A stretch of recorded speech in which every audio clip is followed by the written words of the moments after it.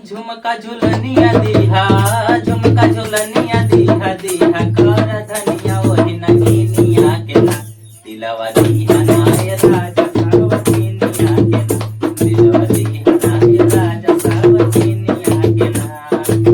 दिहा मला मनिया हो,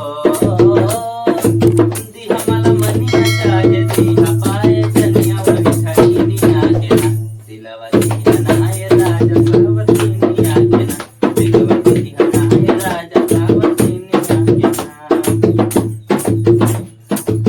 सगरी समानिया के बाखरा लगाइब, एहो राजा प्यार तोहर बाटे नाही पाइब।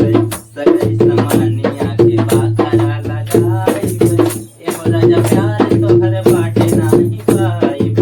महल अटारी दीहा हो,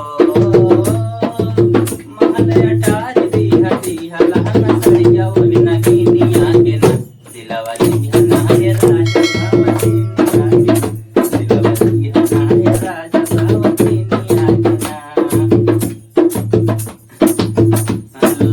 लैला सवतिया सैया कहने का कसूर हो, पिछला जन्म के कौन चूक बा जरूर हो। लैला सवतिया सैया कहने का कसूर हो, पिछला जन्म के कौन चूक बा जरूर हो। सजल खजाना के हो,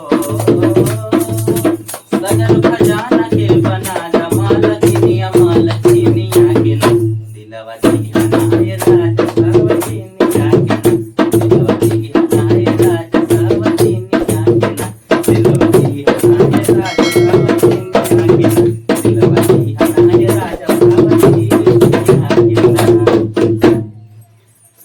दोस्तों हम लोग अभी नए हैं और वीडियो कैसी लगी, वीडियो में कुछ गलती हुई हो तो माफ़ करिएगा। और वीडियो कैसी लगी कमेंट करिए और वीडियो को लाइक करिए और शेयर करिए, चैनल को सब्सक्राइब जरूर करिए। धन्यवाद।